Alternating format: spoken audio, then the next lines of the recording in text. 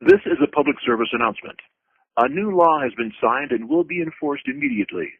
The Joint Chiefs of National Accreditation of Cumulative Enforcement Agency and Environmental Division, or JCONAOCEAED for short, also working with the UN, UNICEF, GMO, CCD, CDC, ABC, 123, and Britney Spears, has proposed and signed into law Penal Code 187.90210.867-5309 Jenny, attempted murder on the planet.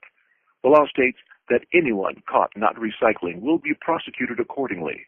Anyone caught not recycling will be placed in a plastic container, the same ones used in water bottles.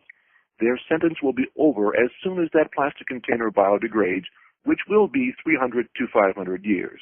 Also, they will be responsible for burning methane in a water reclamation plant or landfill. They are given a choice which facility they want. They are to manually burn methane by hand with a box of matches, and when the box of matches is depleted, they have a choice of using 2 sticks or 2 rocks. So remember to recycle. Be kind. You live here too.